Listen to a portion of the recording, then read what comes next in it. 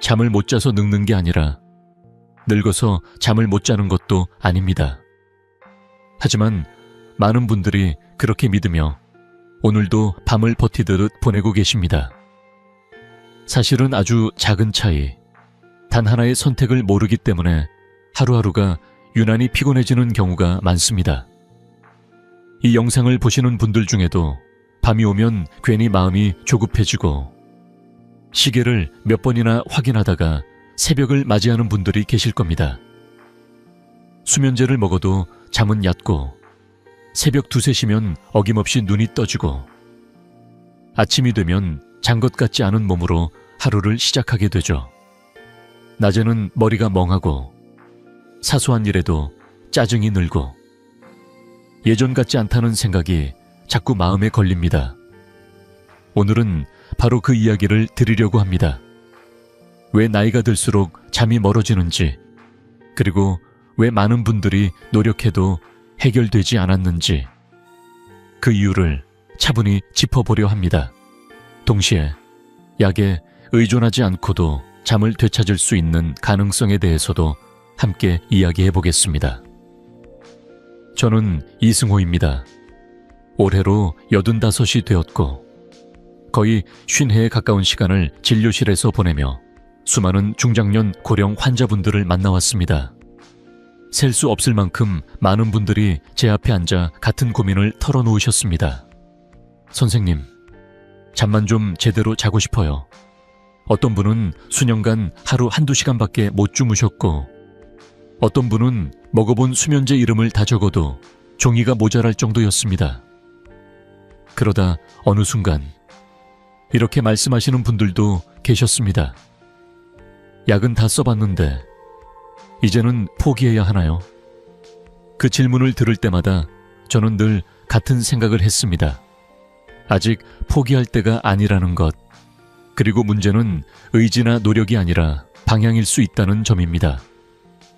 실제로 한 고령 환자분은 오랜 시간 잠과 싸우듯 살아오셨지만 식탁 위에서 단 하나를 바꾼 뒤 전혀 다른 밤을 맞이하기 시작했습니다. 자세한 결과는 지금 말씀드리지 않겠습니다. 다만 분명한 건 그 변화가 결코 우연이 아니었다는 사실입니다. 오늘 이 영상에서 저는 약을 끊으라고 말하지 않습니다. 무리한 방법을 권하지도 않습니다. 다만 수십 년간의 진료 경험 속에서 확인해 온 단계적인 음식 접근을 차분히 정리해 드리려 합니다. 왜 어떤 음식은 분명 도움이 되는데도 효과가 약한지, 왜 어떤 음식은 생각지도 못한 변화를 만들어내는지 그 이유를 하나씩 풀어가 보겠습니다. 끝으로 한 가지만 질문을 드리고 싶습니다. 왜 어떤 음식은 잠에 도움이 되고 어떤 음식은 아무 느낌도 없을까요? 그리고 정말 중요한 음식은 왜 대부분의 사람들, 심지어 많은 의사들조차 수면과 연결하지 못했을까요? 그 답을 지금부터 천천히 함께 찾아보겠습니다. 나이가 들면 잠이 줄어드는 건 자연스러운 일이 아닙니다. 저는 이 말을 진료실에서 수없이 반복해 왔습니다. 많은 분들이 이 나이에 잠이 안 오는 게 당연하죠 라고 말씀하시지만 사실 그 믿음이야말로 잠을 더 멀어지게 만드는 첫 번째 오해입니다. 잠은 나이와 함께 사라지는 기능이 아니라 관리되지 않을 때 흐트러지는 생리 리듬에 가깝습니다. 그리고 그 중심에는 아주 중요한 하나의 열쇠가 있습니다. 우리가 잠에 빠져들 수 있도록 돕는 가장 핵심적인 물질, 바로 멜라토닌입니다. 저는 멜라토닌을 종종 잠의 생체 스위치라고 설명합니다. 방 안의 전등을 떠올려 보시면 이해가 쉬울 겁니다. 스위치를 누르면 불이 켜지고 다시 누르면 꺼지죠. 잠도 마찬가지입니다. 이 스위치가 제대로 작동할 때 우리는 자연스럽게 졸리고 깊은 잠으로 들어갈 수 있습니다. 문제는 나이가 들수록 이 스위치가 고장나기 쉽다는 데 있습니다. 전구가 오래되면 불빛이 흐려지듯 멜라토닌도 세월과 함께 점점 줄어듭니다. 20대에는 이 스위치가 아주 민감하게 작동합니다. 밤이 되면 멜라토닌이 충분히 분비되고 머리를 베개에 대는 순간 잠이 찾아옵니다. 40대가 되면 그 속도가 다소 느려집니다. 잠들기까지 시간이 조금 더 걸리고 예전만큼 깊지 않다는 느낌을 받기 시작하죠. 그리고 60세 이후가 되면 멜라토닌의 분비량 자체가 크게 줄어듭니다.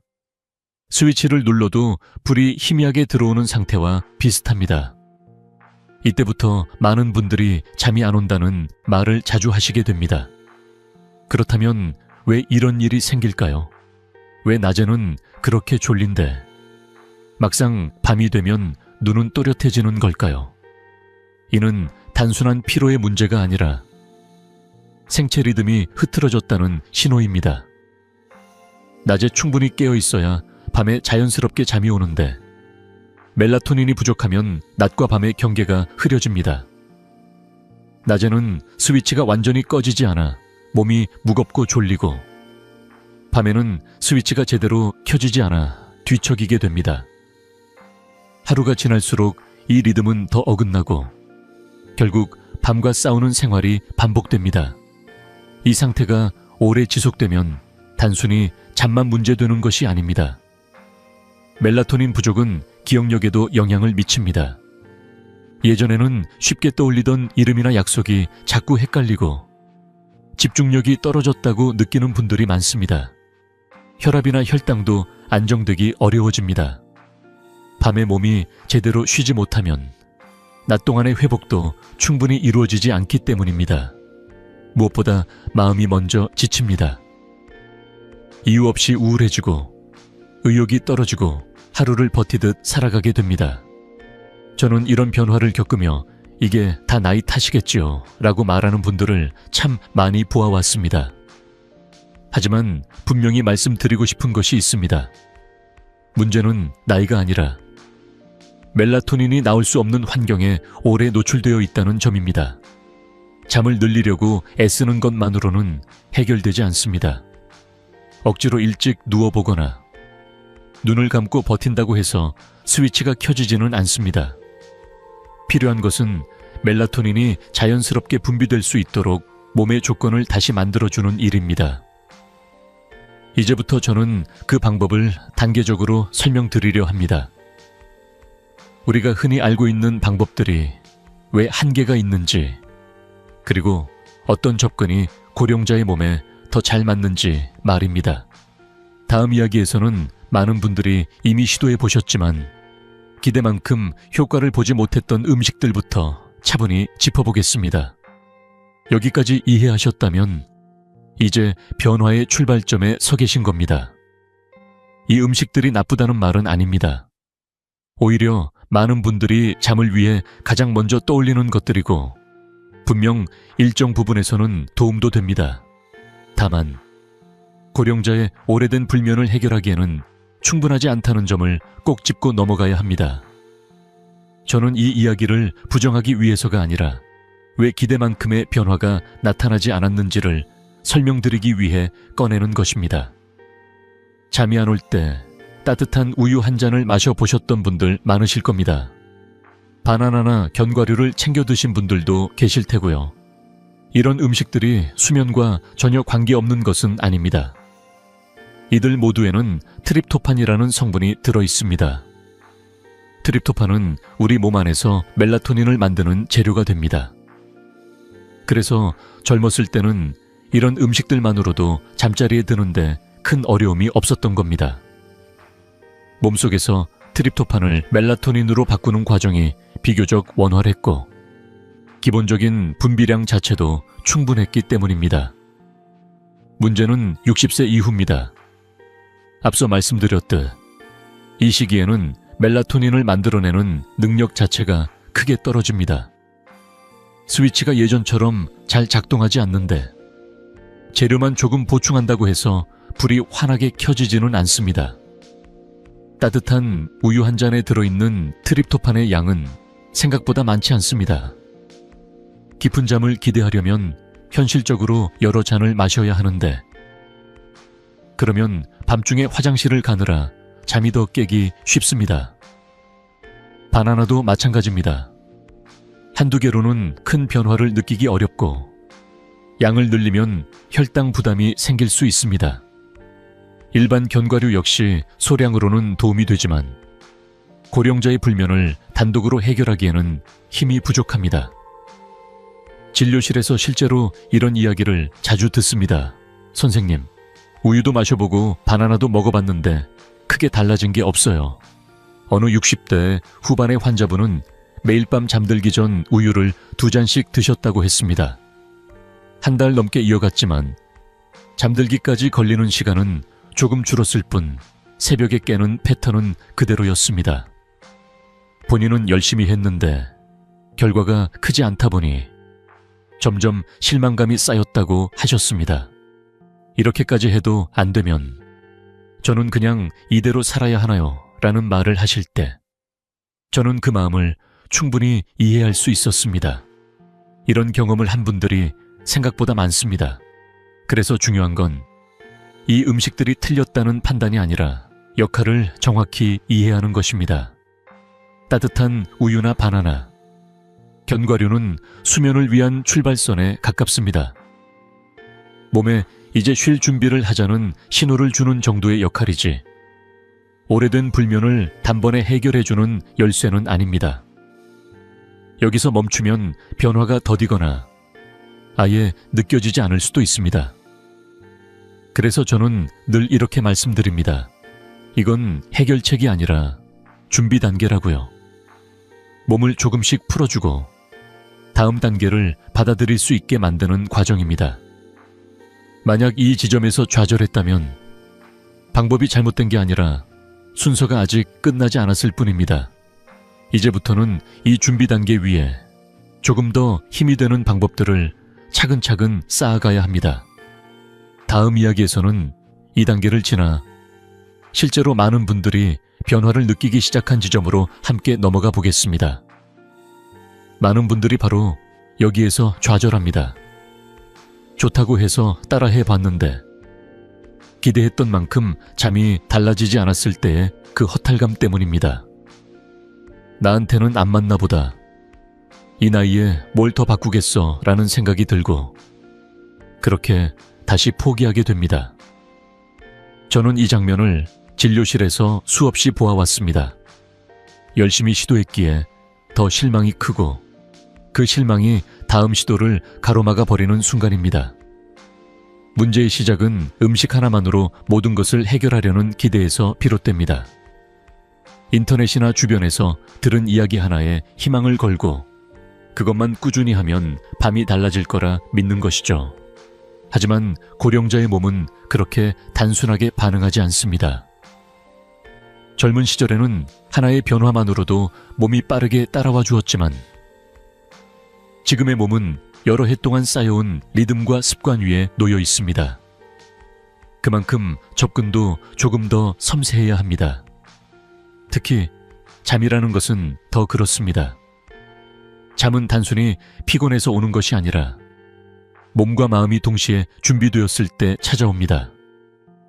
그런데 많은 분들이 이 음식이 좋다더라는 말의 기대를 크게 품고 시작합니다.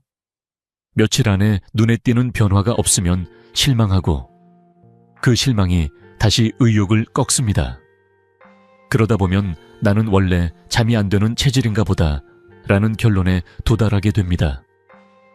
이 과정이 반복되면 불면은 더 깊어지고 자신감은 더 낮아집니다. 여기서 꼭 짚고 싶은 것이 있습니다. 효과가 없었던 것이 아니라 아직 순서가 끝나지 않았다는 점입니다. 고령자의 몸은 한 단계씩 적응해가는 시간이 필요합니다. 마치 오랜 시간 굳어있던 관절을 갑자기 크게 움직일 수 없는 것과 비슷합니다. 먼저 풀어주고 그 다음에 힘을 주어야 합니다. 준비가 되지 않은 상태에서 강한 자극만 기대하면 몸은 오히려 더 경직됩니다. 그래서 저는 늘 환자분들께 기대치를 조금 낮추자고 말씀드립니다. 이것 하나로 다 해결되기를 바라지 마세요. 대신 작은 변화가 쌓이는 과정을 받아들이자고 권합니다. 그렇게 접근하면 실망이 줄어들고 몸의 신호를 더 잘 느낄 수 있게 됩니다. 실제로 이 과정을 이해하고 나면 많은 분들이 다시 희망을 되찾습니다. 이제는 안 된다는 생각 대신 아직 갈 단계가 남아있다는 생각을 하게 되기 때문입니다. 이 지점이 아주 중요합니다. 여기서 포기하느냐 아니면 방향을 바꾸느냐에 따라 이후의 밤이 달라집니다. 저는 수십 년 동안 같은 고민을 가진 분들을 만나며 이 과정을 반복해서 확인해 왔습니다. 무작정 더 강한 방법을 찾는 것이 아니라 몸이 받아들일 수 있는 순서로 접근했을 때 비로소 변화가 시작된다는 사실입니다. 이제부터는 제가 실제 진료 현장에서 사용해온 단계별 시스템을 말씀드리겠습니다. 준비 단계에서 멈추지 않고 그 다음 단계로 자연스럽게 넘어가는 방법입니다. 이 시스템을 이해하시면 왜 지금까지의 시도가 부족했는지, 그리고 앞으로 무엇을 더 해가야 하는지가 분명해질 겁니다. 이제 본격적으로 그 첫 단계부터 차근차근 살펴보겠습니다. 레벨 1은 빼면 안 됩니다. 다만 여기에 머물면 안 됩니다. 이 말이 조금 모순처럼 들릴 수도 있겠지만 고령자의 수면을 이해하는 데 있어 아주 중요한 기준이 됩니다. 많은 분들이 이 첫 단계를 가볍게 여기거나 반대로 여기에 모든 기대를 걸어버립니다. 둘 다 아쉬운 선택입니다. 레벨 1은 시작을 돕는 단계이지 도착지가 아니기 때문입니다. 앞서 말씀드린 따뜻한 우유, 바나나, 일반 견과류 같은 음식들이 바로 이 레벨 1에 해당합니다. 이 음식들의 역할은 분명합니다. 몸에게 이제 밤이 되었고 쉬어도 괜찮다는 신호를 보내는 것입니다. 하루 종일 긴장 상태에 있던 몸과 마음을 조금 느슨하게 풀어주고 잠으로 들어가기 위한 문턱을 낮춰주는 역할을 합니다. 마치 추운 날 집에 들어와 바로 잠자리에 들기보다 먼저 외투를 벗고 몸을 녹이는 과정과 비슷합니다.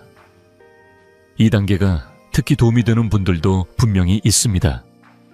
아직 불면이 아주 오래되지 않았거나 잠드는 데 시간이 조금 걸릴 뿐 밤중에 자주 깨지는 않는 분들, 혹은 최근 들어 잠이 예전 같지 않다고 느끼기 시작한 분들에게는 레벨 1만으로도 어느 정도의 변화를 느낄 수 있습니다.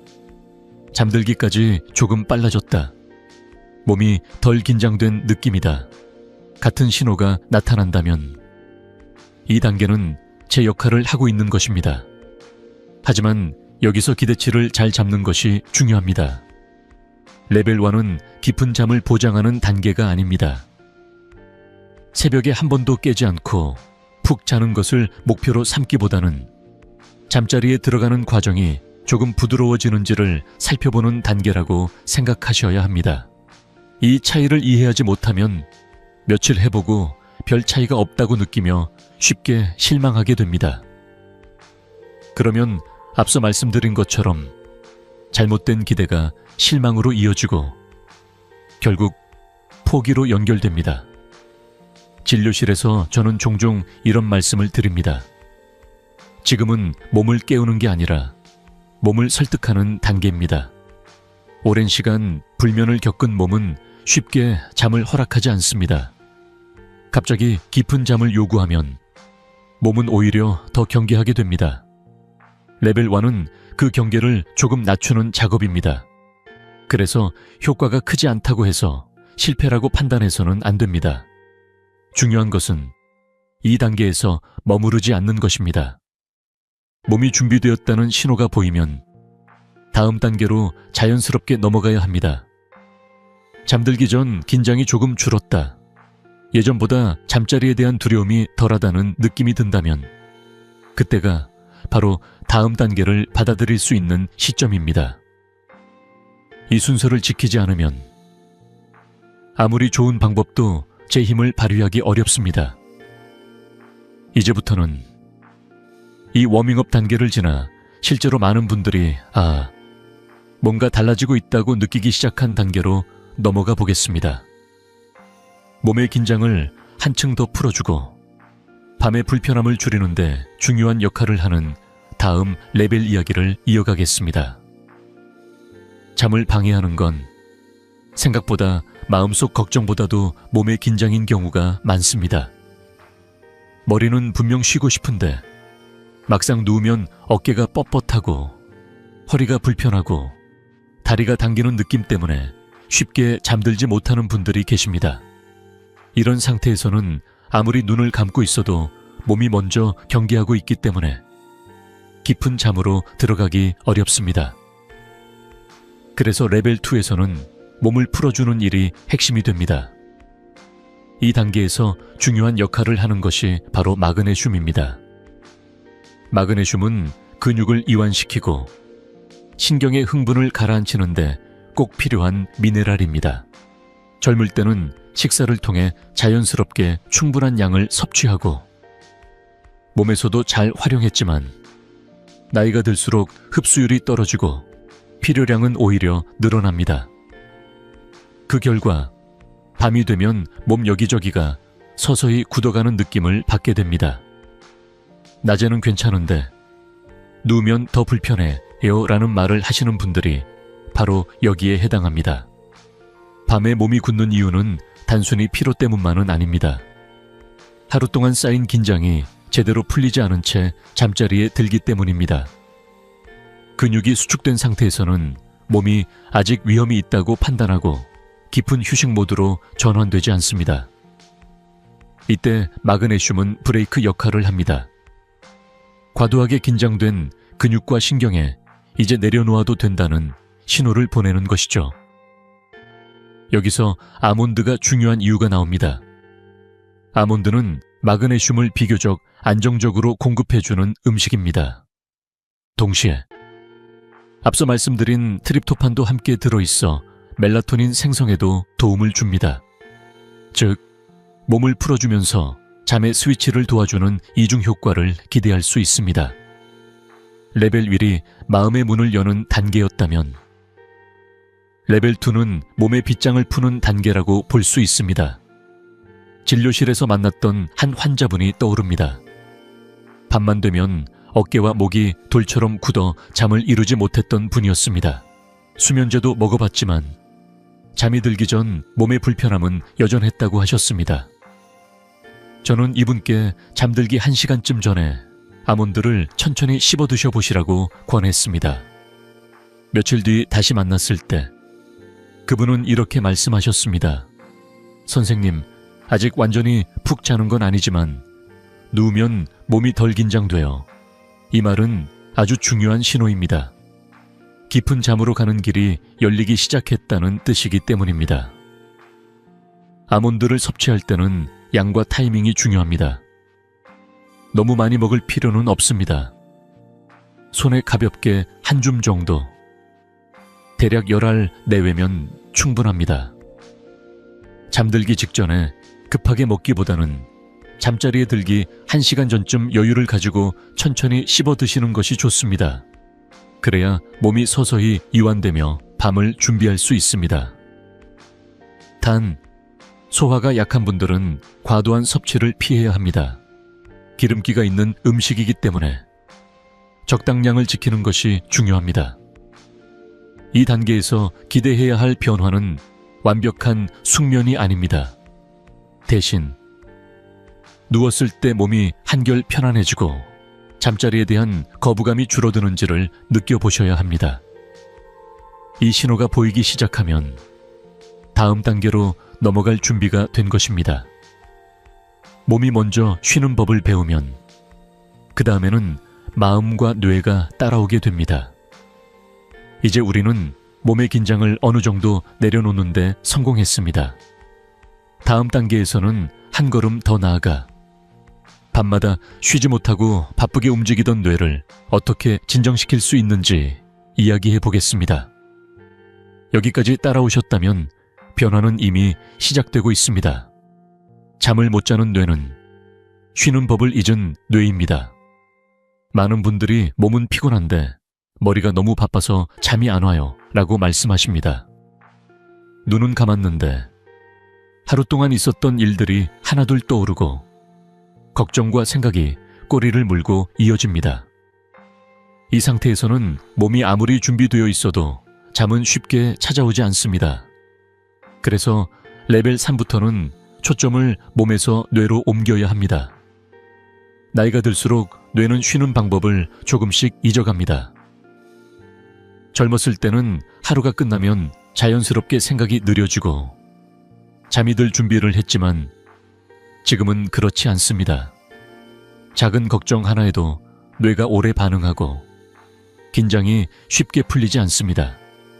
이것은 의지의 문제가 아니라 뇌가 계속 각성 상태에 머물러 있기 때문입니다. 이때 필요한 것이 바로 뇌를 부드럽게 진정시켜주는 영양입니다. 여기서 중요한 역할을 하는 것이 오메가3입니다. 오메가3는 뇌 신경의 흥분을 완화하고 과도하게 예민해진 반응을 가라앉히는 데 도움을 줍니다. 밤이 되면 생각이 멈추지 않는 분들은 대부분 뇌가 하루 종일 긴장 상태를 유지한 채 쉬지 못한 경우가 많습니다. 오메가3는 이런 뇌에게 이제 속도를 줄여도 된다는 신호를 보내는 역할을 합니다. 그래서 이 단계에서는 단순히 잠을 부르는 것이 아니라 뇌가 잠을 받아들일 수 있는 상태로 돌아오게 하는 것이 목표입니다. 연어가 이 레벨에서 중요한 이유도 여기에 있습니다. 연어에는 오메가3가 풍부하게 들어있어 뇌의 과도한 활동을 부드럽게 진정시키는 데 도움을 줍니다. 실제로 밤마다 생각이 많아 잠들기 힘들었던 분들 중 상당수가 이 단계를 거치며 누우면 생각이 조금 빨리 가라앉는다고 말씀하십니다. 이것은 아주 중요한 변화입니다. 잠들기 직전에 그 짧은 고요가 만들어지기 시작했다는 뜻이기 때문입니다. 또 하나 빼놓을 수 없는 요소가 바로 비타민 D입니다. 비타민 D는 흔히 뼈 건강만 떠올리지만 사실 생체 리듬과도 깊은 관련이 있습니다. 낮에 충분한 빛을 받고 비타민 D가 적절히 유지되어야 밤과 낮의 구분이 또렷해집니다. 비타민 D가 부족하면 낮에는 졸리고 밤에는 오히려 잠이 깨는 상태가 이어지기 쉽습니다. 연어는 이 비타민 D도 함께 공급해주기 때문에 뇌의 리듬을 다시 맞추는 데 도움이 됩니다.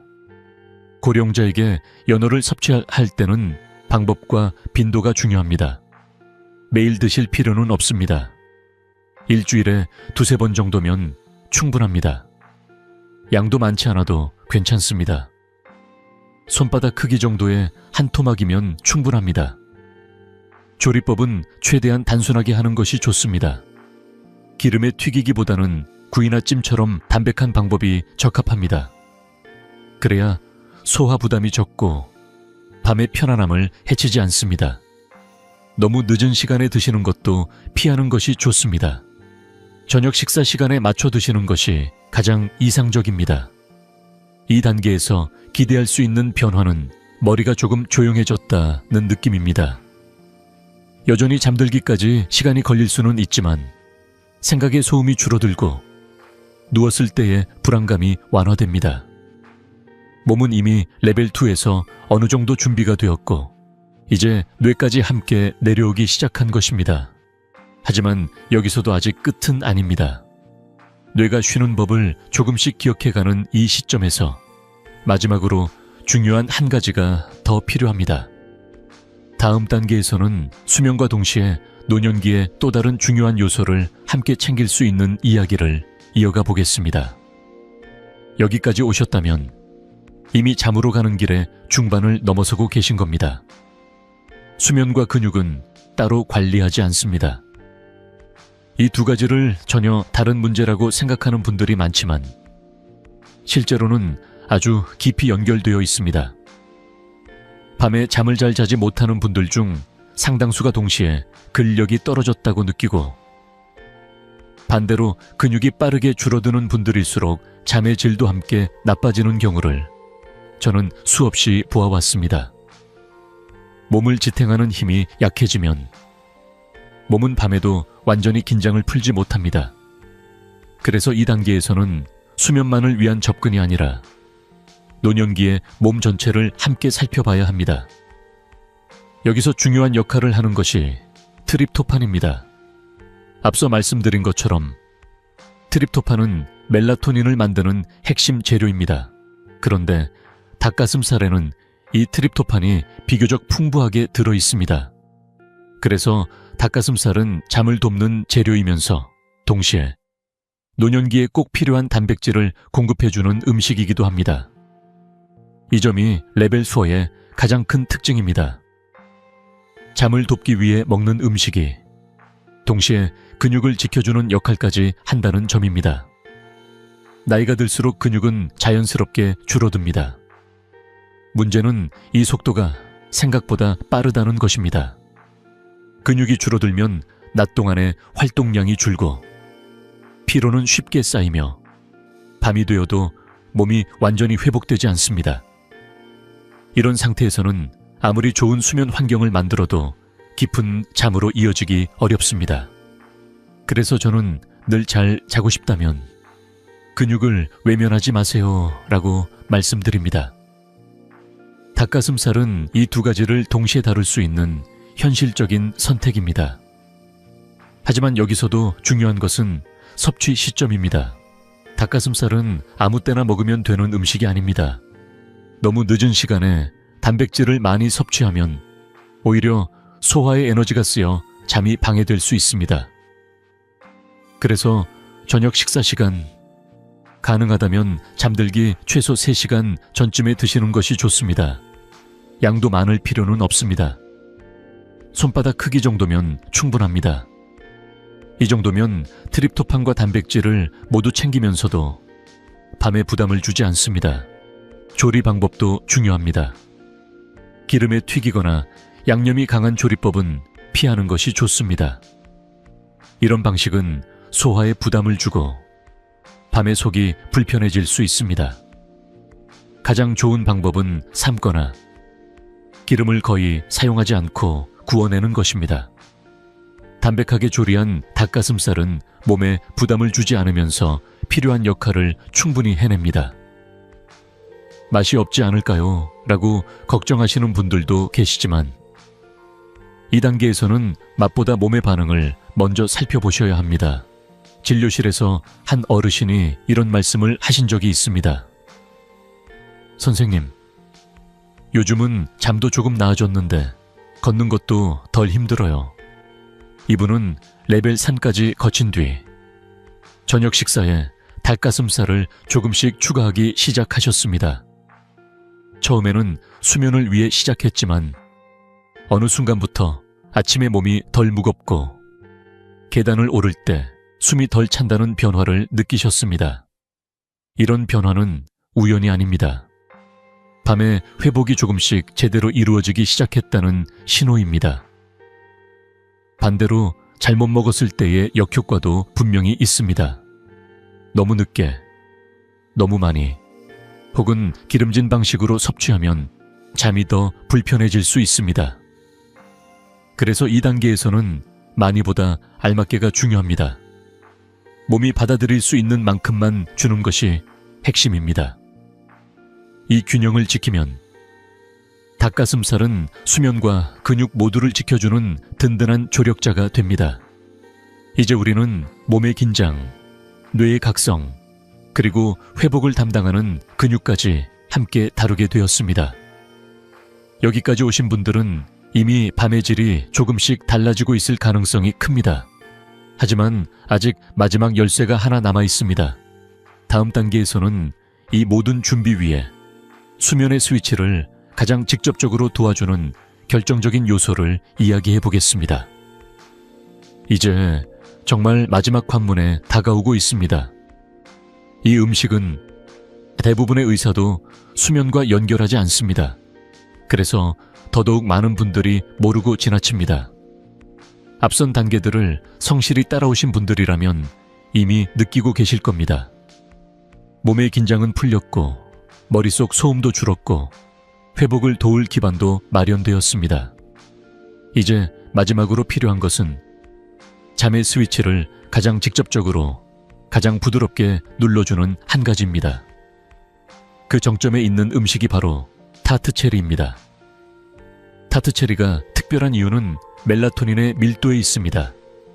앞서 이야기한 우유, 바나나, 견과류, 심지어 단백질 식품들까지도 멜라토닌의 재료를 제공하는 역할이 컸다면 타트체리는 그 자체로 멜라토닌을 품고 있는 음식에 가깝습니다. 그래서 몸이 더 이상 복잡한 변환 과정을 거치지 않아도 됩니다. 스위치를 켜기 위한 준비가 아니라 스위치를 직접 도와주는 역할을 합니다. 이 차이가 바로 오래된 불면에서 결정적인 변화를 만들어내는 지점입니다. 다른 음식들과 비교해보면 이 차이는 더 분명해집니다.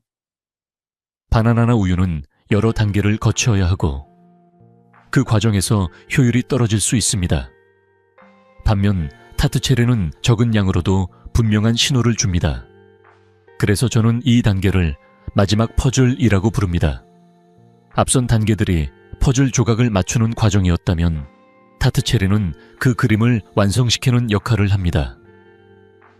진료실에서 만났던 한 환자분이 떠오릅니다. 수년 동안 수면제를 손에서 놓지 못하셨던 분이었습니다. 약을 먹지 않으면 잠들 수 없고 먹어도 새벽이면 깨어나는 생활이 반복됐습니다. 앞선 단계들을 차근차근 거친 뒤 마지막으로 타트체리를 식단에 더해보자고 권했습니다. 며칠 뒤 그분은 조심스럽게 말씀하셨습니다. 선생님, 아직 믿기지는 않지만 어젯밤에는 약을 줄였는데도 잠이 왔어요. 이 변화는 단번에 모든 것을 해결했다기보다 몸이 다시 잠을 기억해내기 시작했다는 신호였습니다. 타트체리를 활용하는 방법은 어렵지 않습니다. 가장 간단한 방법은 주스 형태로 섭취하는 것입니다. 잠들기 1시간에서 2시간 전에 소량을 마시면 충분합니다. 두 번째는 요거트와 함께 섭취하는 방법입니다. 부담이 적고 위가 예민한 분들에게도 비교적 편안합니다. 세 번째는 따뜻하게 마시는 방식입니다. 차처럼 데워 마시면 몸이 이완되면서 밤을 맞이하는 데 도움이 됩니다. 중요한 것은 많이 먹는 것이 아니라 꾸준히 같은 시간대에 섭취하는 것입니다. 섭취량 역시 욕심낼 필요는 없습니다. 소량으로도 충분한 역할을 합니다. 오히려 과하면 속이 불편해질 수 있습니다.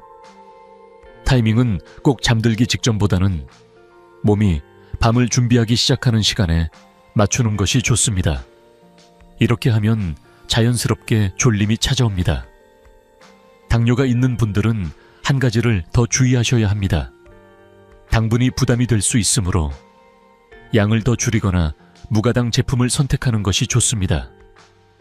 필요하다면 요거트와 함께 섭취해 혈당 변동을 완만하게 만드는 것도 도움이 됩니다.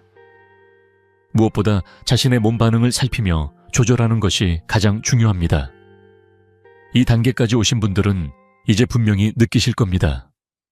잠이 더 이상 싸워야 할 대상이 아니라 다시 맞이할 수 있는 상태로 돌아오고 있다는 것을요. 이제 남은 것은 이 흐름을 유지하는 일입니다. 다음으로는 이 5단계를 어떻게 기억하고 일상 속에서 무리 없이 이어갈 수 있는지 정리하며 이야기를 마무리해 보겠습니다. 이제 정말 잠을 되찾는 마지막 문턱을 넘고 계십니다. 이제 오늘 이야기의 끝에 다다랐습니다. 긴 시간 함께 해주셔서 감사합니다. 오늘 나눈 내용을 한번 천천히 정리해 보겠습니다. 잠을 되찾기 위한 여정은 갑작스러운 변화가 아니라 몸이 받아들일 수 있는 순서를 존중하는 과정이었습니다. 먼저 몸과 마음에 이제 쉴 준비를 하자는 신호를 보내는 워밍업 단계가 있었고, 그 다음에는 긴장된 근육을 풀어주며 밤의 불편함을 줄였습니다. 이어서 쉬는 법을 잊어버린 뇌를 차분히 내려놓고 회복을 돕는 근육과 수면을 함께 챙겼습니다. 마지막으로 잠의 스위치를 가장 부드럽게 도와주는 음식까지 더하며 5단계가 완성되었습니다. 이 5단계가 전하는 메시지는 분명합니다. 숙면은 젊은 사람만의 특권이 아니라는 것입니다. 나이가 들었다고 해서 잠을 포기해야 할 이유는 없습니다. 다만 방법이 조금 달라질 뿐입니다. 억지로 버티거나 참는 것이 아니라 몸이 다시 잠을 기억하도록 도와주는 일입니다. 오늘 밤부터 당장 모든 것을 바꿀 필요는 없습니다. 가장 쉬운 것 하나만 선택해보세요. 레벨 1부터 시작해도 좋고 이미 익숙하다면 다음 단계로 넘어가도 괜찮습니다. 중요한 것은 완벽함이 아니라 꾸준함입니다. 3일, 길어도 일주일만 몸의 변화를 지켜보세요. 어제보다 조금 나았다는 느낌이 들기 시작한다면 그게 바로 변화의 신호입니다. 며칠 뒤 아침이 조금 덜 무겁게 느껴지고 낮에 머리가 맑아지는 순간이 올지도 모릅니다. 밤이 두렵지 않고 잠자리에 누우는 시간이 예전처럼 부담스럽지 않게 바뀔 수도 있습니다. 그런 작은 변화가 쌓이면 하루의 표정도 달라집니다. 말투가 부드러워지고 마음의 여유가 생기고 가족과 나누는 시간도 자연스레 편안해집니다. 혹시 변화가 느껴진다면 혼자만 간직하지 마세요. 댓글로 경험을 나눠주셔도 좋고 잠 때문에 힘들어하는 가족이나 지인에게 이 이야기를 전해주셔도 좋습니다. 누군가의 밤을 바꾸는데 도움이 될 수 있습니다. 이 채널에서는 앞으로도 노년의 삶을 조금 더 편안하게 만드는 이야기들을 계속 나눌 예정입니다. 구독으로 함께 해주시면 다음 영상에서 다시 인사드리겠습니다. 오늘 밤 부디 편안한 숨으로 잠자리에 드시길 바랍니다. 잘 주무시는 것이 곧 건강한 내일의 시작입니다. 감사합니다.